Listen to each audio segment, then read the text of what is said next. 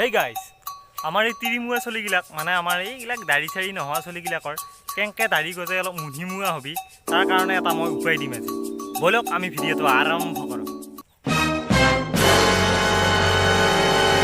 তাৰ কাৰণে আমাক বিশেষ একো বেলেগ বস্তু দৰকাৰ নাই বা মেডিচিনৰ দৰকাৰ নাই আমাৰ গাঁৱতে কিছুমান বস্তু পায়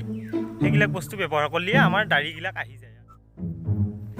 গতিকে ভিডিঅ'টো শেষলৈকে চাই থাক এইটো ঔষধত প্ৰথমতে লাগব আমাক নাঙলৰ ফালৰ মাটি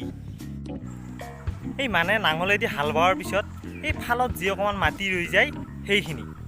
এই নাঙলৰ মাটিখিনি নিয়াকে গালত কেংকে খুহি লৈ দ্বিতীয়তে লাগব আমাক ঢেকীয়াৰ মুৰা গালত ঘঁহিব লাগিব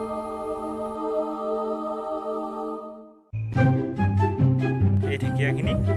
এনেকৈ গালত ধুনীয়াকৈ য'ত দাড়ি লাগে ত'ত বঢ়িয়াকৈ ঘঁহি থাকিলেই হ'ল